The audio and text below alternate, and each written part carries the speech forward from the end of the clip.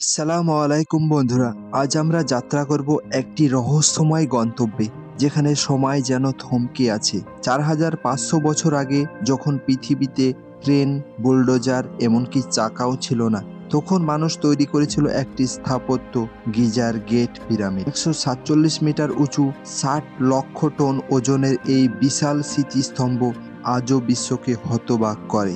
কিভাবে তৈরি হলো এই বিস্ময়, কেন তৈরি হলো, এবং কিভাবে এটি হাজার হাজার বছর ধরে ঝড়, বৃষ্টি, ভূমিকম্প সহ্য করে টিকে আছে। বর্তমানে বিশ্বের সবচেয়ে উঁচু স্থাপনা বুর্জ খলিফার ওজন 5 লক্ষ টন, আর গ্রেট পিরামিডের ওজন তার 12 গুণ। এই ভিডিওতে আমরা এই রহস্যের গভীরে ডুব দেব। তো চলুন শুরু করা যাক। তার আগে একটা ছোট্ট রিকোয়েস্ট, আমার চ্যানেলটিকে অবশ্যই সাবস্ক্রাইব করে যাবেন এবং ভিডিওতে একটি লাইক করবেন। গিজার গেট পিরামিড খ্রিস্টপূর্ব 2560 সালে ফারাও খুফুর জন্য নির্মিত বিশ্বের সবচেয়ে উঁচু মানব সৃষ্ট স্থাপনা ছিল। 3800 বছরেরও বেশি সময় ধরে নীল নদের পশ্চিম তীরে অবস্থিত এই পিরামিড শুধু একটি নয়, এর পাশেও রয়েছে খাফে মেনকাউরের পিরামিড, খুফুর পুত্র ও পত্রের সমাধি। খুফু ছিলেন মিশরের চতুর্থ রাজবংশের দ্বিতীয় ফারাও। তার রাজত্ব নিয়ে বিতর্ক আছে, কেউ বলেন 23 বছর, কেউ বলেন 60 বছরেরও বেশি, কিন্তু তার সবচেয়ে বড় উত্তরাধিকারী এই পিরামিড। একসময় এই পিরামিডগুলো সাদা চুনাপাথরে মোড়া ছিল, যা সূর্যের আলোয় ঝকঝক করত। আজ খাফের পিরামিডের উপরের অংশে এর কিছু অংশ এখনো দৃশ্যমান। মিশরে মোট 118টি পিরামিড আছে, কিন্তু গিজার 3টি সবচেয়ে ভালোভাবে সংরক্ষিত। প্রাচীন মিশরীয়রা বিশ্বাস করত মৃত্যু জীবনের শেষ নয়, ফারাওদের আত্মা পরলোকে যাত্রা করত, যেখানে দেবতারা তাদের বিচার করতেন। তাই ফারাওরা তাদের জীবদ্দশায় বিশাল সমাধি তৈরি করতেন। পিরামিডে মমি, ধনসম্পদ, খাদ্য, আসবাবপত্র এমনকি পোশাকও রাখা হতো পরলোকের জন্য। কিন্তু গ্রেট পিরামিড কোনো মমি বা ধনসম্পদ পাওয়া যায়নি। প্রত্নতাত্ত্বিকরা মনে করেন এটি প্রাচীনকালেই লুট হয়ে গেছে। এই শূন্যতা জন্ম দিয়েছে নানান তত্ত্ব।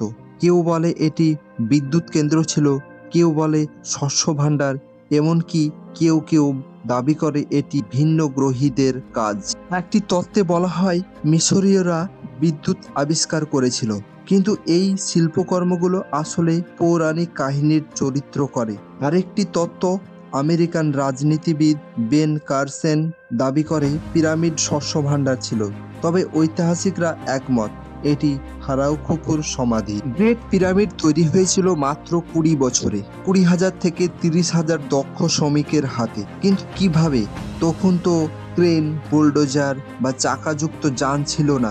5.5 মিলিয়ন টন চুনাপাথর, 8,000 টন গ্রানাইট আর 5 লক্ষ টন মর্টার ব্যবহার হয়েছিল। এই পাথর কাটা, বহন করা আর স্তূপ করা কিভাবে সম্ভব হলো? গবেষকরা বলেন শ্রমিকরা নীল নদে ভেলায় পাথর বহন করত।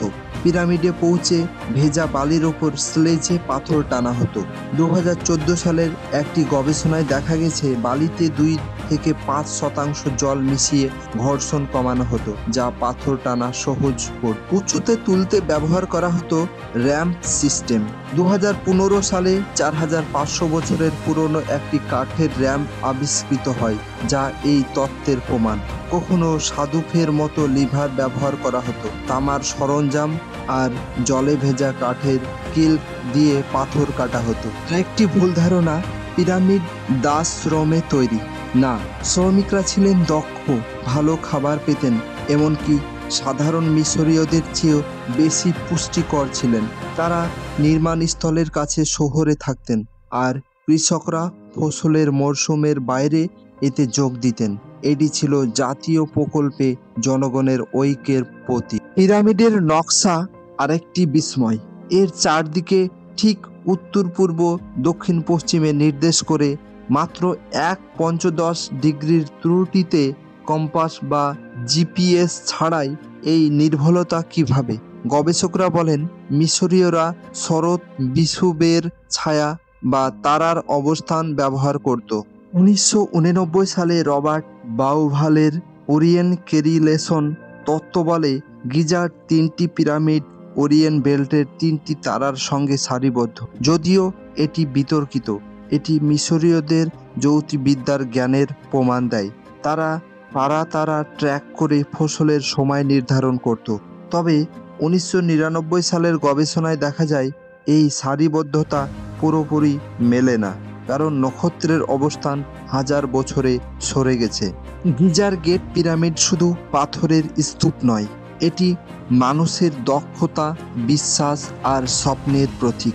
আধুনিক প্রযুক্তি ছাড়াই এই বিস্ময় সৃষ্টি প্রমাণ করে মানুষের সম্ভাবনা সীমাহীন। তবুও কিছু প্রশ্ন আজও অমীমাংসিত। মর্টারের রাসায়নিক সংমিশ্রণ কেন পুনরায় তৈরি করা যায়নি? কিভাবে এত দ্রুত পাথর স্থাপন করা হলো? এই রহস্য আমাদের মনে করিয়ে দেয় অতীতের গল্প এখনো পুরোপুরি বলা হয়নি। ভবিষ্যতের প্রত্নতাত্ত্বিকরা হয়তো এর উত্তর খুঁজে পাবেন। আপনার মনে কি প্রশ্ন জাগলো আমাদের জানান, আর অবশ্যই আমার ভিডিওটিতে একটি লাইক করে আমার চ্যানেলটিকে সাবস্ক্রাইব করতে ভুলবেন না। ধন্যবাদ, দেখা হবে নেক্সট ভিডিও।